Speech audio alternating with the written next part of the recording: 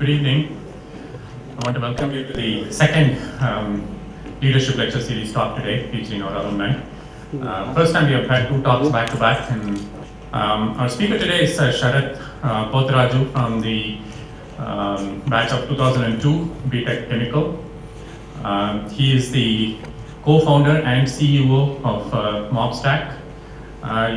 Some of you may have attended the lecture given by his co-founder, Ravi Pratap. How many of you were at the talk? Anybody? Okay, so it'll be a continuation of the story for some of you. Very happy that Sharat is here. So I'll ask him to give his talk and maybe say a little bit about your days in IIT Madras before you get started. I understand you're the Gen Sec and all kinds of stuff. So. At the outset, thank you so much, Professor Nagarajan. This incredible honor and privilege actually to be back at IIT Madras. I think about a decade back, I was sitting in these seats. I would say actually ICSR is one of the buildings which has not really changed. Most of them look a lot more swankier than what I remember them to be, but ICSR just seems just the same. So I guess ICSR was ahead of its times in 2002 or 2001. So like Professor Nagarajan mentioned, I'm a class of 2002. I did actually my chemical engineering undergrad from IIT Madras. 98 to 2002 is where I was in IIT. I actually was in the Godavari hostel. Was also the general secretary at Godavari. Fought a bitterly campaigned or contested election for Institute Cultural Secretary in 2001, and I sadly lost it by a few votes. I still remember that. I would still say that's one of the most valuable lessons I've ever learned so far in my 30 odd years of my life. I think what I've done is basically when Professor Nagarajan and his team reached out to me and told me about this leadership lecture series and told me about what they're doing and having alumni come back. I said it's a great idea, it's a great initiative, and I always wanted to be back and speak to students and also kind of relate some of my stories that I have experienced over the last couple of years, and also be able to relate to maybe some of the challenges and thought process that some of you go through as you finish your engineering or whatever else that you're actually doing here at IIT. So what I've put together is a few of my lessons. What I called it is basically my lessons from entrepreneurship and Wall Street. I'll tell you a brief background on myself and I guess in the next slide, but what I'm trying to do here is basically just leverage some of my learnings. Some of them might apply to you, some of them might not. But the idea is to basically share my story and over the last decade. I was hoping to get 10 lessons for the 10 years that I've graduated since IIT, but unfortunately I was able to only manage 9 lessons. I tried hard but realized that that's all I have, so I'll stick with the 9 lessons.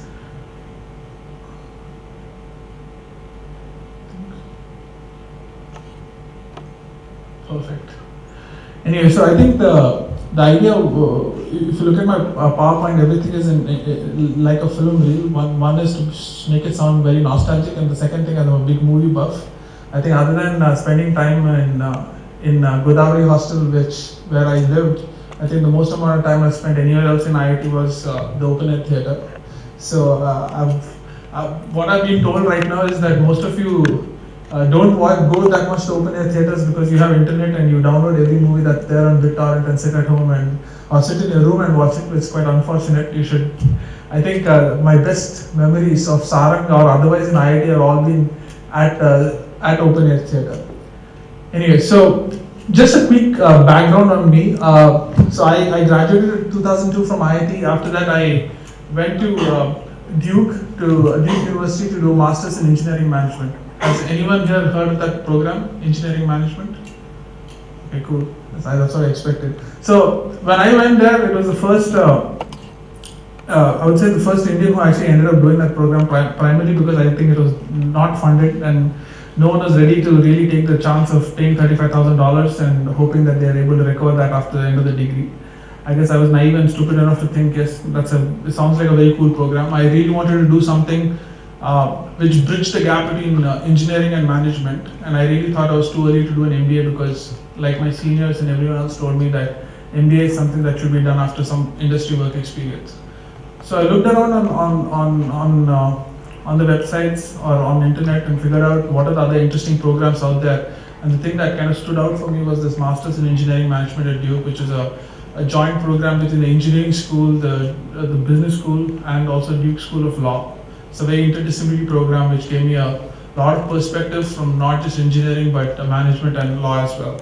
So after that, I, like many people who wanted to go into the business side of things or the management side of things, not really knowing what that was, did what a lot of people do, which is decided to either do strategy consulting or investment banking.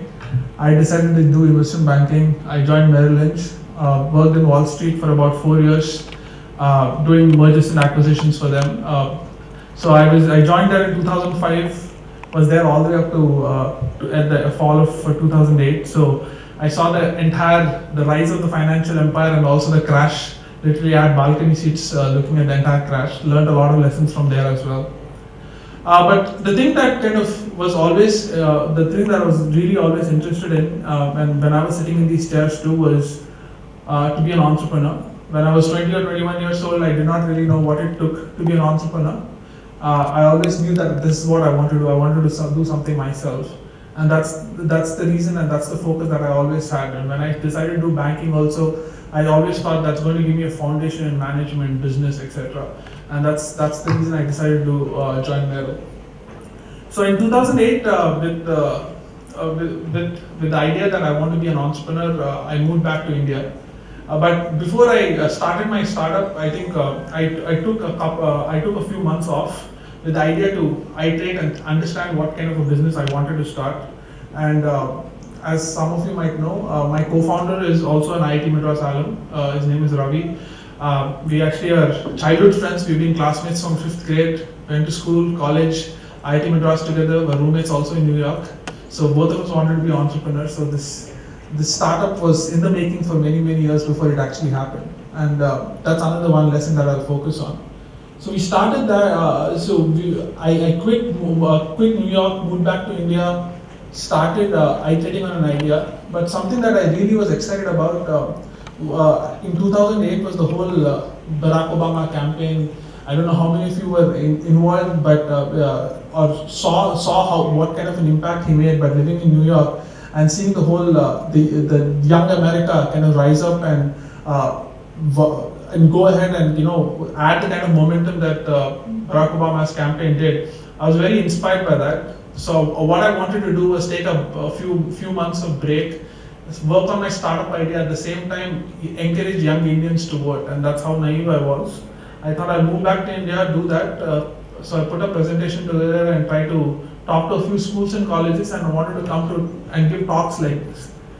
But fortunately, one of my other IIT Madras alum, this guy called Jasmine Shah, was working for a non-profit called Janagraha, and he started this campaign called Jabore. Have any of you heard of this campaign? Which is about urban registering urban voters. So that's the campaign basically I ran with Jasmine. Was the head of marketing and communications. Had a phenomenal experience traveling across India, speaking to young voters, educating about political processes, talking about why people should vote and why people should participate in the political process. So I did that for about 6 months before I started MobStac in 2009. MobStac is an early stage company. Has been exciting times for us.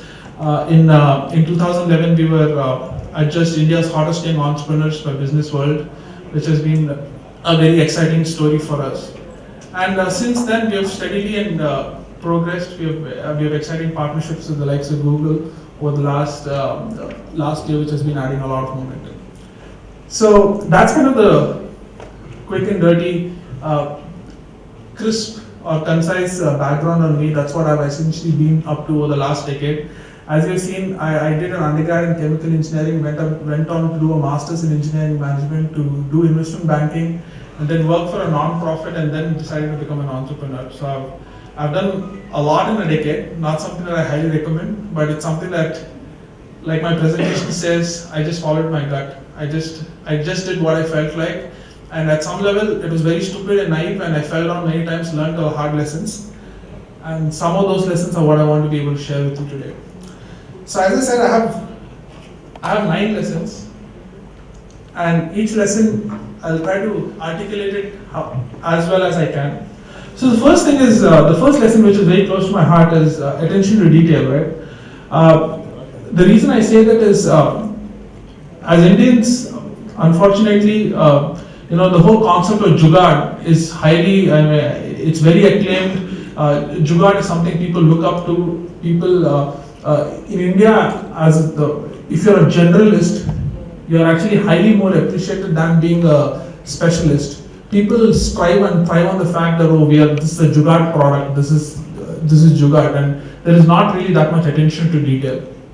I remember this incredible story about Steve Jobs when apparently he called the folks at Google when the first iPhone was coming out, and he was really worried that the Google search logo or that was there on the iPhone that was going to come out had a different shade of color, which was not really the exact shade that Google's logo otherwise was. That's the kind of attention to detail which made Steve Jobs make brilliant products at Apple, and Apple actually is such an extraordinarily successful company.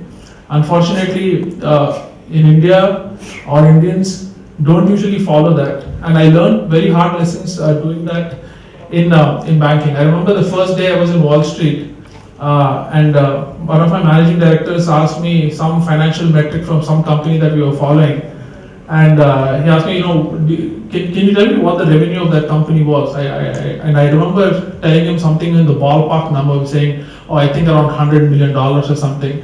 And there was an analyst sitting right next to me, and this guy basically ended up saying 100.123 or something like that. And that immediately gave me a sense for, that we are all about just getting ballpark numbers right. We were never about attention. We never talk about the details. We never focus on what is absolutely necessary. And it's this strive for perfection which actually makes extraordinarily successful products or extraordinarily successful companies. And it's not something that we imbibe in. It's not something that people are taught to. And that's something that needs to be learned in a very, very hard way. And I've learned it in a very hard way in many ways. The second lesson, right? This is, I would say, if there is one thing that has worked for me absolutely well, it's this. It's just that it's persistence. Time and again, I've seen I've met extraordinarily successful people, and if there's one common theme between all these people, it's just been that they've been at it over and over and over and over. Does anyone recognize who that guy is? I don't know if you guys can. Okay, that's not bad. So that's Ang Lee. So that's Ang Lee with his latest Oscar that he got for Life of Pi. But you guys should go and search on Ang Lee and figure and listen to his background or his story. And there's a story about how he was when he was about 32 years old or 33 years old. He was a guy who basically had 3 kids living in New Jersey and is living off his wife's salary. And he was always trying to do is write screenplays every month and send it, and each one was being rejected. And this happened for about 6 to 7 years.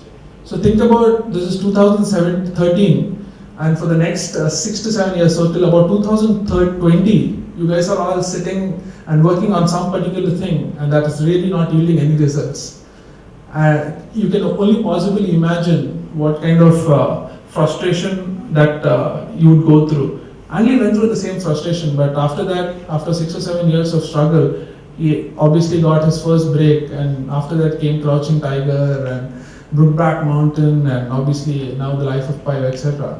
That's just one story that I wanted to highlight in terms of what persistence does. I mean, I personally wanted to be an entrepreneur for over a decade. I've time and again come up with stupid ideas on, I think we should do this, I think we should do a Napster in India. There were ridiculous ideas that we've thought of, and every time I went with an idea to my social network, to my friends, to people whom I respected, every time it was beaten down.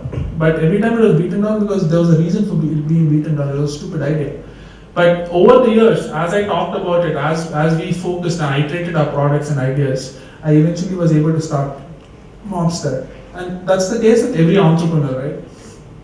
So there's no doubt about the fact that persistence always pays. There's this famous dialogue in Rocky, which I really like, It says it's not about how hard you're being, it's not about how hard you hit, it's about how long you can stand when you're being hit.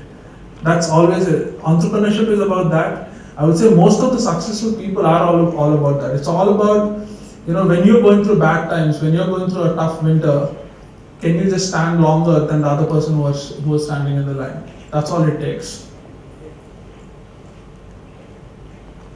Lesson 3, people matter, period. There is no doubt about it. Look at the people sitting next to you. Look at the people who are sitting to your right, people who are sitting to your left. Do you know these people? How many people do you know actually in this room? If there's one thing that I took away from IIT, right, it was just that it's an unbelievable talent pool. And I can give you this in writing that I've been to every university which is very acclaimed. I've worked in worked in places like Merrill Lynch and other organizations which are very highly competent people. But nowhere else in the world have I seen a quality or density of high-class people with diverse interests under one roof like I've seen in IIT. And for the 4 years, I was just talking this to a bunch of students sometime back in Godavari hostel as well, and I was telling them, if there's one thing that you should be doing more of is just meeting more people. Stop spending time in your room, talk to people, talk about anything under the sun. But the reality is that at the end of the day, these are the people who are going to help you the most, right? When I started MobStac, my first angel investor and a bunch of angel investors are all from friends from IIT, seniors from IIT, people the people who basically got me my first customer is a wife of one of my IIT classmates. There is no doubt about the fact that networks and people matter a lot. Okay, and most importantly, I say this again, I keep telling this to many people that I believe in karma more than I believe in God. When you help people, it will definitely come back to help you somewhere. And there is no doubt about the fact that if you go out of your way and help people today, sooner or later, maybe in the next year, maybe in 2 years, maybe in 5 years, or maybe in 10 years, you will definitely reap the benefit of that. I have seen that personally myself. So if there is one thing you should believe more than God, I would say you should believe in karma. 4th thing, it's really okay to make mistakes. See, unfortunately in India, there is not that much of a culture to celebrate failures. People tend to think that mistakes, if you make a mistake, it's a big blunder, it's a big failure, it doesn't really make sense. But the reality is that the more mistakes you make, the more you learn. If there's one thing that's common to all successful people in the world, it's the fact that they have had extraordinary amount of failures very early on in life. At MobStac, our motto is to make more mistakes. Don't make the same mistakes, that's stupid, and that obviously will not take my company anywhere. But make more mistakes. The ability for you to be able to take chances helps you grow tremendously. You will fall, you will fail, but that's the only way you will be able to learn. And irrespective of what people tell you, there is no doubt about the fact that mistakes help you with your learning. There's no doubt about that. Okay, this is a personal favorite of mine. Many people that you meet, right, will sound or project or talk like they're very good multitaskers. Right now, as a CEO of a growth stage company, most of my time, I would say more than 50% of my time, is spent in interviewing people. And if I ask people what is your strength, which is a typical standard question that you would like to ask people, and invariably everyone will say I'm very good at multitasking. And I say, why should you be multitasking? I mean, the reality is multitasking is massively overrated, right? The reason I say that is invariably they say that the human mind cannot process more than 3 priorities at a time, period. So that means if you are trying to do more than 3 things at a time, you will never be able to achieve it. So if some of you have been desperately trying to learn violin or guitar for many days right now and you've not been able to dent, or the fact that you really wanted to learn a little more of finance, or you wanted to learn a little more of coding but you've not got yourself to it, and the excuse you've been giving yourself is that, oh, I've been very busy. Guess what? Busy is a decision. That is something that you have to be able to prioritize. If you do not prioritize, it will never get done. If you have more than 3 priorities in your life at any point of time, it will never be done. So focus on what you want to be able to do and do only those things. And never ever think that multitasking is a very cool thing. It never works. Beyond a point, there is no doubt about the fact that the quality of each task that you end up doing will definitely get affected. So focus on things that make sense for you. If what you want to be able to do today is focus on learning your core engineering discipline that you might be in, maybe focus on something else, that maybe you want to be able to learn coding, and maybe you want to learn an instrument. If those are the 3 focuses that you have, then that's all it should be. Do not have 6 things that you want to be able to do and actually think that you're doing a pretty good job at multitasking. It never works. At our company, we every manager has basically been given has to set at the beginning of the quarter, has to set 3 priorities for himself or herself, and has to set 3 priorities for his own team. If you can't set more than 3 priorities. You can set less than 3 priorities, but I don't allow them to set more than 3 priorities. The reason is again the same thing. Nothing will get done. Or if whatever is done will be like the first lesson, will be a jugaad project. It will never have the quality that you want to be able to do. So focus and prioritize. Prioritize and prioritize. That's a very, very valuable lesson that I learned very hard way. I've spent significant amount of time trying to, I really want to learn the guitar, to I really want to learn French, to I want to run a startup, to I want to build a big social network.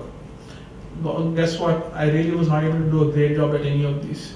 So now I don't have more than 3 priorities. And if it's not in those 3 priorities, you have to ask yourself why and why are you doing it. This is how actually people who are extraordinarily successful, who are very, very busy, actually end up doing things.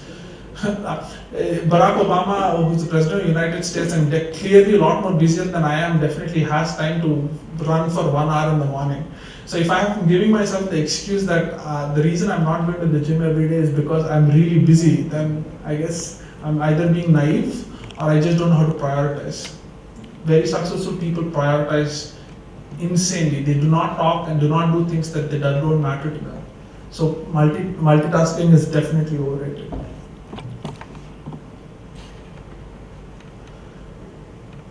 This one. So be modest and curious. The first thing is modesty and curiosity directly don't go hand in hand. So the first thing that should be crossing your head is, what does modesty have to do with curiosity? The thing about modesty, right, is that it helps you keep an open mind, right? If you think you're the know-all, the reason Nandan Nilekani's picture is here is because I've had the phenomenal opportunity of interacting with him. And I spent an evening with him, and I cannot forget that primarily because of how grounded he is. He's a guy who's actually built a multi-billion-dollar company, who's been doing phenomenal stuff with UID, etc. But all he wanted to know was what I know about mobile and how he could leverage mobile or Android for his UID project. Here is a man who has done something so spectacular in life that I can only aspire to do a fraction of it. But he was very open, he was very modest, he was very curious. And the reason he's able to learn so much is because he's grounded. And that if you're modest and if you're grounded, right, it helps you with that ability to keep a very open mind. And only if you have an open mind will you be able to learn. It doesn't matter how talented the people are around you, what kind of quality people you're surrounded by. But if you don't have an open mind and if you're not grounded in your approach and you think you're the man or the woman or whoever it is, you will really not learn that much. That's the reason it's very, very important. I've met other than Nandan, I've met other extraordinarily successful people, and they are so grounded. They're very curious. They're very grounded. They want to know what you're doing. They want to know. They always have an open mind to be able to learn more and more. And that's something that you should always keep in mind, especially when you graduate from IIT. You already have a chip in your shoulder. You feel you've arrived in life. You've learned a lot. You always went to the prestigious IIT, which is phenomenally a big brand. So I keep joking with my friends who graduated from IIT, and I keep saying this, that 1% of the people who graduate from IIT actually build a brand. The remaining 99% are using it. You want to be in that 1%. You want to be that 1% who's actually adding value to IIT every day. You want to be able to go into the world and basically not open with the fact that you're from IIT, let people discover it and actually give credit to the fact that you went to an amazing institution. That's what you should be doing. This is something which is, I always want to tell people, and I always tell people, 20s is frightening and very confusing, and that's very normal. If you are confused, if you are not sure about what you're trying to do, if you are baffled, and your room neighbor seems to have figured everything else out, trust me, that guy is pretty naive, or he or she is very naive. It is very normal to not know what you want to be able to do. It's very difficult to have the understanding or the maturity to say this is exactly what I want to do. If you are 22 years old and your friend comes down and says he knows exactly what he's doing when he's going to be 30, either he's joking, he's stupid, or he's basically playing, just fooling around with you. There's no way you can do that. I think among all the things, if there's something that I wanted, if there's one lesson that someone would come and tell me when I was 22 years old or 21 years old in this room, it would be this. Over the next decade, you will go through a lot of rough times. You will struggle. Some of you will end up going to further studies. Some of you will go take up very pricey jobs. Some of you might become entrepreneurs. Some of you might go to IIMs and do an MBA. Every time you meet someone else from your batch or something, you'll always feel, maybe I should have done that. Maybe I should have done this. Or the fact that this person seems to have figured out his life completely. He seems to know exactly what he's doing with his life. Trust me, no one knows anything. You might change your perception about what you want to do, absolutely, okay, and it's very normal. So if you are totally freaking out about the fact that, oh my god, I don't know what to do with my life and my 4 years are ending, guess what? You're one among everyone else. Everyone is. Some people are very good at making it sound like they know exactly what they're doing. Some people are not. I was one of those who pretended like I knew exactly what I'm going to do with my life. I always wanted to be an entrepreneur, and my friends who in 98, 2002 who were there with me will also tell you that I always wanted to be an entrepreneur, and I always pretended like I exactly knew what I was doing. Trust me, within inside me I was freaking out because I took all these random routes to what I wanted to do, and the only way I was able to do that is I followed my heart, but at the end of it, I had absolutely no clarity. So next time anyone walks up to you and makes it sound like he knows what he's doing, question it again. This is something very personal to me, right? It's very easy to give up on India. Most of you, from what I understand, far fewer percentage of you are going away to the US or elsewhere in the world to study, to work, etc. But I've been there. I've lived in the US. I've studied in the US, and I've come back. There's no doubt about it. Many investors ask me and my co-founder Ravi all the time, saying, "Why did you come back to start a product company in India?" Because there is not that much of product companies in India. It's so much more difficult. You could have easily done that in Silicon Valley. And the answer that we usually give is, we're foolishly romantic. We're foolishly romantic with the notional idea of starting a product company in India, and that's the reason we came back. But I want to tell you that for all the gibberish that you read in media every day, and for every corrupt politician that's out there, there are insane number of people who are working really hard in trying to make India what it is right now. So it's too early in your life to give up on India. Don't give it up. Do you know who this guy is? Does anyone recognize this guy? Yeah, Vinil Krishna. Yeah, he's Vinil Krishna. He was actually he was in Godavari Hostel too. He's basically a guy who, even when he was in Godavari Hostel, talked about helping India and creating impact and all these other things, which is very easy to talk when you're sitting on a green cot and wearing a small shorts and you really don't know what you're talking about.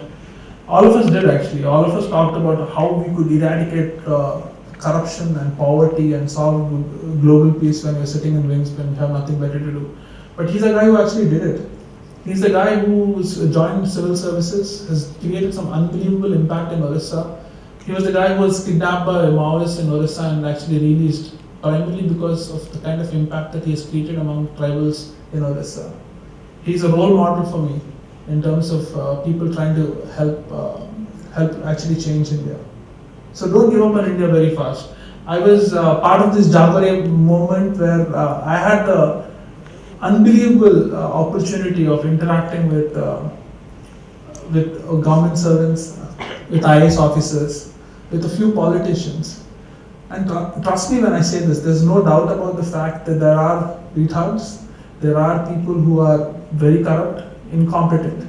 But for every 5 or 10 of them, there is 1 or 2 people who are working really, really hard and working with absolutely no upside and making India move even at the snail's pace that it is going right now. And India has 500 million people below the age of 25. It's the youngest country in the world. You guys all, most of you I think would be below the age of 25 here. You have an amazing, amazing opportunity to create impact in India. So it's too early. I wouldn't say you should be doing this in India, but I'm saying don't give up on it yet. This is my last slide. Follow your heart. I'm just quoting Steve Jobs, who's been an extraordinary amount of influence and inspiration for me in my life. The reality is, India is the land of unsolicited advice. Everyone will give you opinions. Anyone will give you opinions. Everyone will tell you what you should be doing. Don't fall into the rut. Don't fall and get into a herd mentality. Don't do it because, don't go to IIMs because, oh dude, it looks like it's the hottest thing, or don't start up because someone like me is coming and giving you a gun and making it sound like it's a really cool thing to do. Don't do a PhD because your mother really wanted to have someone do PhD in their family. These are all unbelievable reasons many people do it. And unfortunately, that's not really what you want to be doing. You know, Steve Jobs had this amazing speech which I'm sure all of you have read. And in that he says, your heart already knows it. It's just about you following it. You know what you want to be able to do. If you don't, it's completely fine. As I said earlier, 20s is all about being confused and frightened. But just don't take the easier path. Just don't do it just because your friends are doing it or because it seems like the easier thing to do. Follow your heart. It makes a huge difference. It's going to be difficult. It's going to be painful. It's going to be very frustrating. There will be many nights where you will feel like I just don't know what I'm doing with my life. But that's fine. That's normal. That's the way it should be. But when you're 32, like me, when you look back at the last 10 years, you might think it's successful, you might think you failed in a few things, but you will at least not regret every day that you spent with your life. And that's very, very important. That's very, very important. And I think just the last final thought, right? This is a magnet that I have on my fridge, which I wanted to show. It just says, what would you attempt to do if you knew you could not fail? What would you do today? That's something that you should ask yourself. That's it. Thank you. So if you have any questions, Particularly, just I'm asking from your experience, like single task doing is really difficult because your brain works in different fashions. But can you just tell me, whether you are doing 2 tasks or 3 tasks, which one is more difficult to handle? So for me, I personally, so there are 2 things, right? One is basically prioritizing and one is multitasking. So what I mean by that is, when I say prioritizing, it's talking about what you want to be able to do. My belief is that if you take more than 3 priorities, you will not be able to do justice to any of them. The other thing is, once you have prioritized, how do you actually deal with the task? If you're a person who multitasks and tries to do 2 or 3 things at the same time, where you're trying to read the news at the same time doing your work, that usually doesn't work. So there are two elements to that. One is basically, in my personal opinion, I don't take more than 3 priorities at any point of time, and these 3 priorities will be across work and life. So for example, my priority right now is I have to go to the gym. That's my priority. Then I have 2 more priorities which basically I attach to maybe work related stuff, where I say I have to expand my sales in North America, and I have maybe some other priority which is about hiring someone. I have to close this position that needs to be done. These are only the 3 priorities that I work at any point of time. 2 or 3 weeks later, if one of the priorities gets knocked out, then yes, then there's place for one more. But I don't take more than that. I can have lesser than that, but I won't take more than that. How worried should we be about campus placements and about the first job? How worried? So when you say worried, is it in terms of, oh, if I just take this company, will this kind of set the trajectory for the rest of the things that I'll do in my life? Is it worrying from that point of view?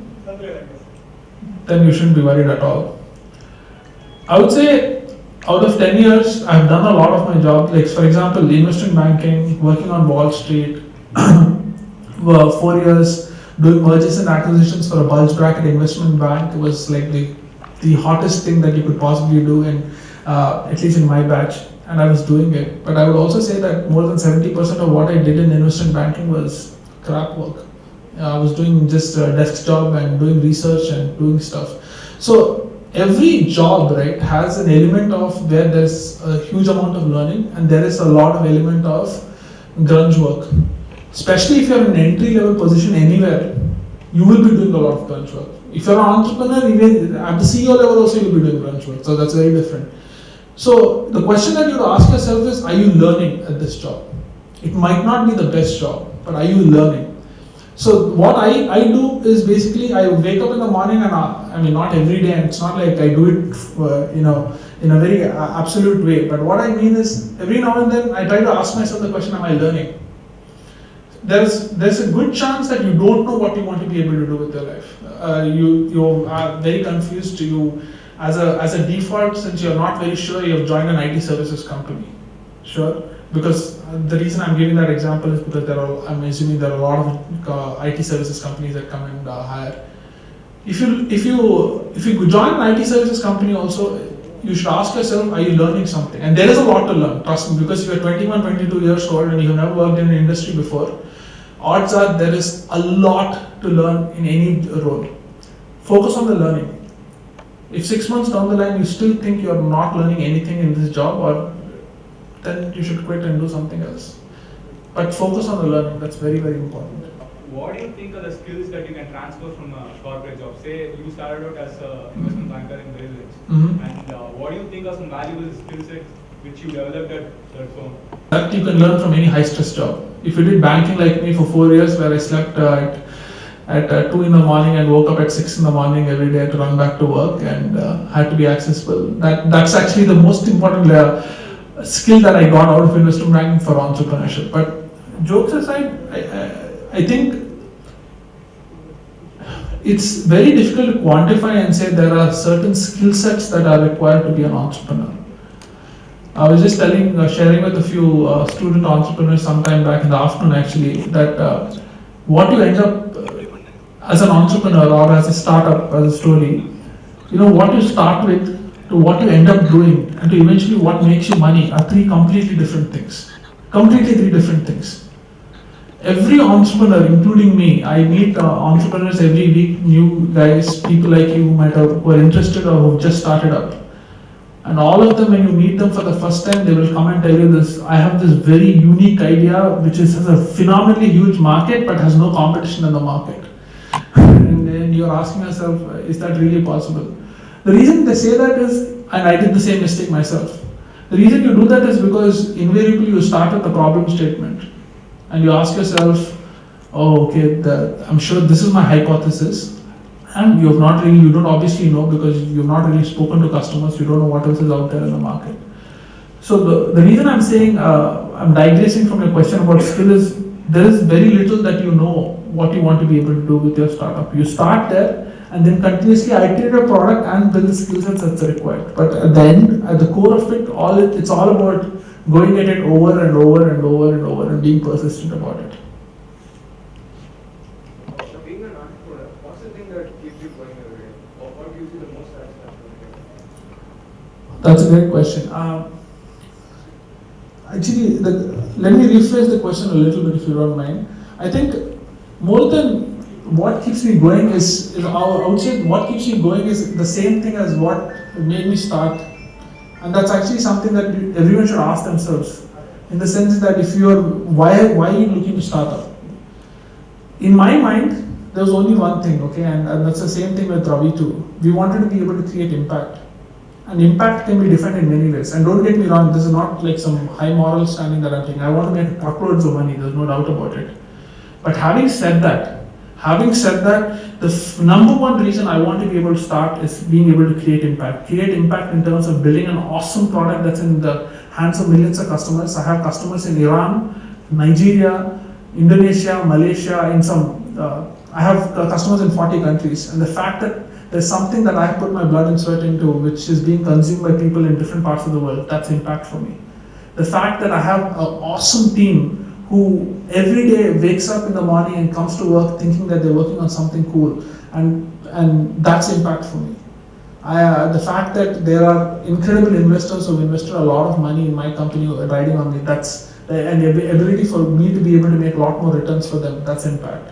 So impact is what I think I wake up every day and think about. If I'm able to create impact, I think I'm very excited about it. How difficult was it for you? Once, I think there's a question we can ask you. Yeah. So, I'm a BTech second year student. Okay. So, I want to know if, so do you suggest anything that can be done in this 4 or 5 years at IIT which can actually help us choose what we have to do later? What you want to do later? I think it's a difficult process. Primarily, until unless you really know what you want to do, it's very difficult to figure out what you want to do.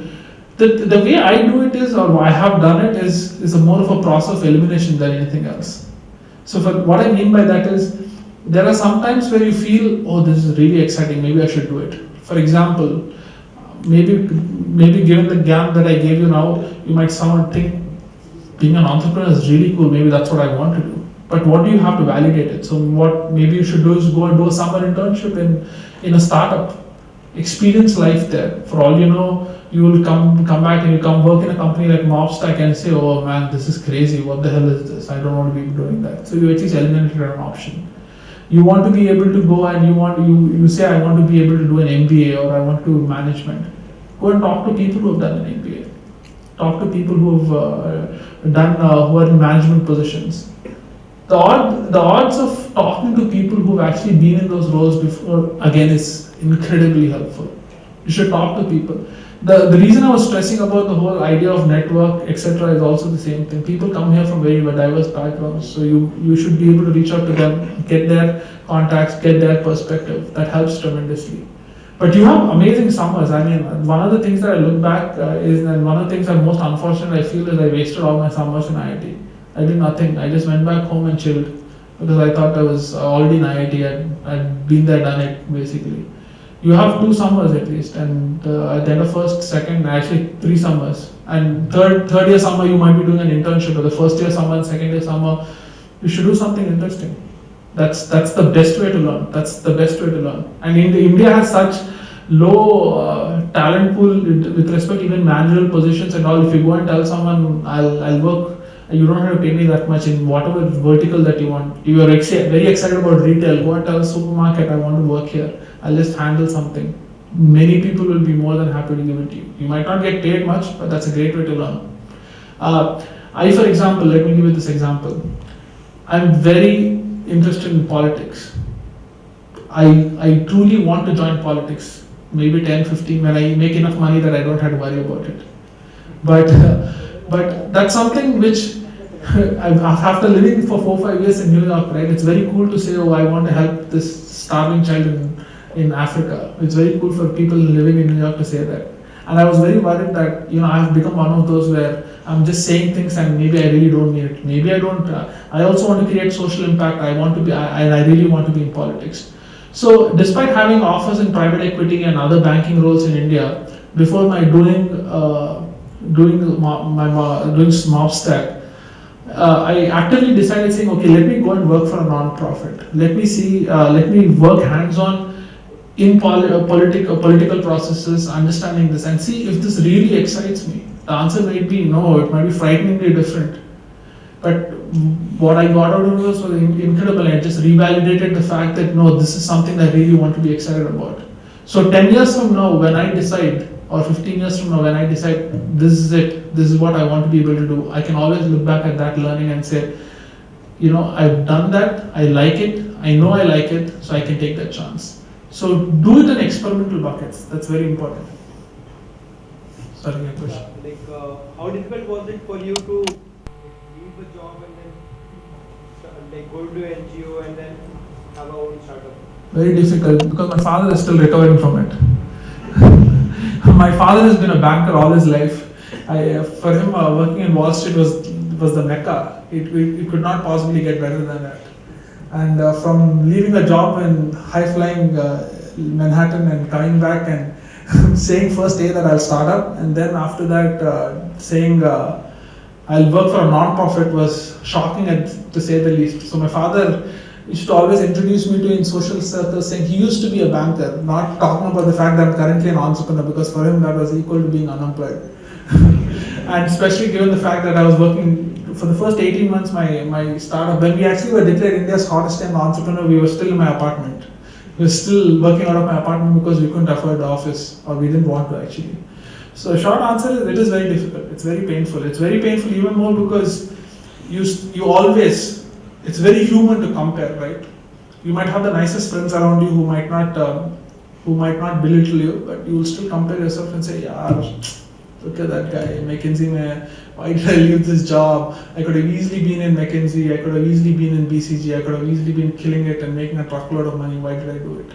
Did you get over it? You don't get over it, you live with it. But when you wake up in the morning, when you go into work, you feel a tremendous sense of satisfaction which cannot be compared. There's no doubt about it. There's no doubt about it. And also you should also, grass is always green on the other side. Now when I talk, obviously when I moved back to India and started up and all this, all my friends in New York and all the people who are doing banking, consulting, looked at me and said, oh good, interesting, startup, oh, okay, nice. And they were like, I don't know what you're doing. Now everyone comes to me and says, yeah, this is really cool, this Indian ecosystem is growing and maturing, I heard it's a lot easier to start up, I'm thinking about it, what do you think we should do, and so on and so forth. And you're like, so the short answer is, it is very difficult, there's no doubt about it. I'll be lying if I said no, absolutely not. I woke up and I felt I'm creating impact, henceforth it was not. It was frustrating as hell, especially when you don't have social support. You don't have a social network. I mean, I got married only 2 months back, so my social network was unfortunately my parents were even more stressed about the fact that look, you didn't even get married, no one will marry you now, you're an entrepreneur, right? So you have to deal with a lot of social, I wouldn't say social stigma, but you have to deal with a lot of social elements that come into play when you're trying to take the road less traveled. And that's part of it. I mean, that's part of life. There's no doubt about it. If you want to live a life of purpose, right, and you want to be able to strive really hard and go in the direction that you want, you will live with it. But the highs that you get will be so high compared to anyone else who is doing a regular job. That's my take. So I've heard that people at Wall Street work for more than 85 hours a week and they just end up having no life. So you're saying 70% of the work that you did was crap. So in the rest of the 30%, did you learn a lot about venture capitalists and pitching your ideas so that the share looks nice? Did they really help in building your business? I mean, the amount I learned there cannot be compared to anything else. But what I learned there, the biggest takeaway from Wall Street was not finance. That anyone, if you read Brady's and Mayer's Corporate Finance, you can learn that by yourself. You don't need a Wall Street experience. Most of these lessons that I put there, most of them are from Wall Street. Attention to detail, the ability to, the concept of tenacity, the fact that you have to be persistent to get anything. These are things that it learned, that it taught me the most.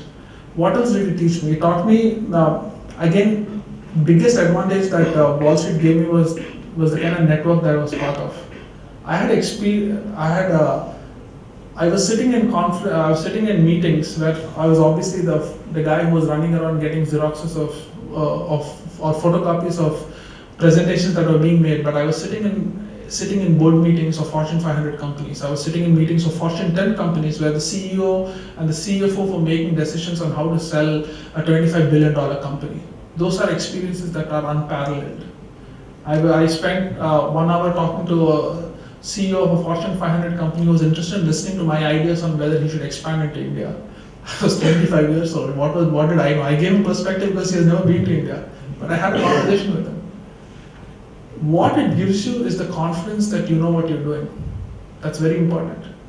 That is actually the most important thing. Whether you know it or not is secondary. Hopefully you're talking what you know, but the fact that the amount of confidence Wall Street gave me cannot be compared.